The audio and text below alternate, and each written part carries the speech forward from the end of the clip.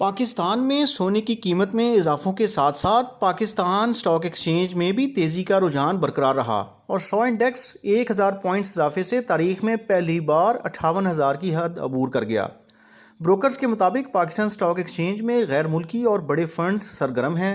IMF से मुतवक्का मुआहदा और मुस्तकबिल में शरह सूद नीचे आने के रोशन इम्कानात मार्केट के लिए मस्बत साबित हो रहे हैं।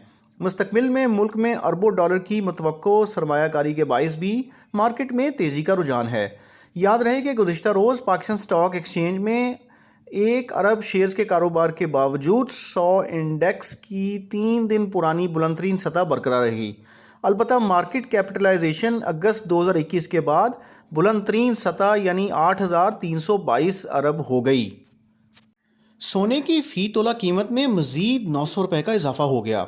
All Pakistan James and jewellery association के मुताबिक मुल्क में सोने की फ़ी तोला कीमत 900 रुपये इजाफे से 2,16,500 रुपये हो गई। एसोसिएशन के मुताबिक आलमी बाज़ार में सोने का भाव $11 इजाफे से $2,002 फ़ी औंस है। याद रहे कि गुज़िश्ता रोज़ भी पाकिस्तान में सोने की फ़ी तोला कीमत में 500 रुपये का इजाफा हुआ था।